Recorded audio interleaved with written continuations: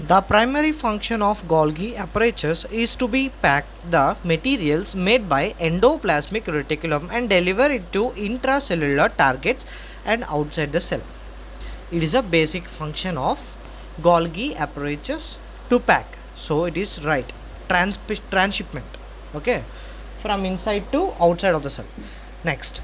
Vesicles containing materials made by endoplasmic reticulum fuse with cis phase of the Golgi apparatus and they are modified and released from trans phase of the Golgi apparatus. Yes, these vesicles helps in packing of the material and it is related to the transshipment of Golgi apparatus and endoplasmic reticulum work. So it is also right.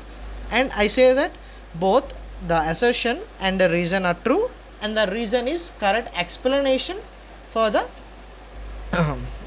assertion. So option 1 is the answer. This question is from Cell Unit of Life, class 11 NCERT. You can see here Golgi apparatus discovered by Camillo Golgi.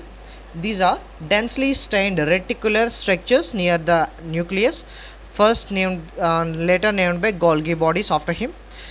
Yeah, you can see here varied number of cisternae arranged near the nucleus, distinctively known as cis and concave. This one is convex and trans is concave. Cis is known as the forming phase.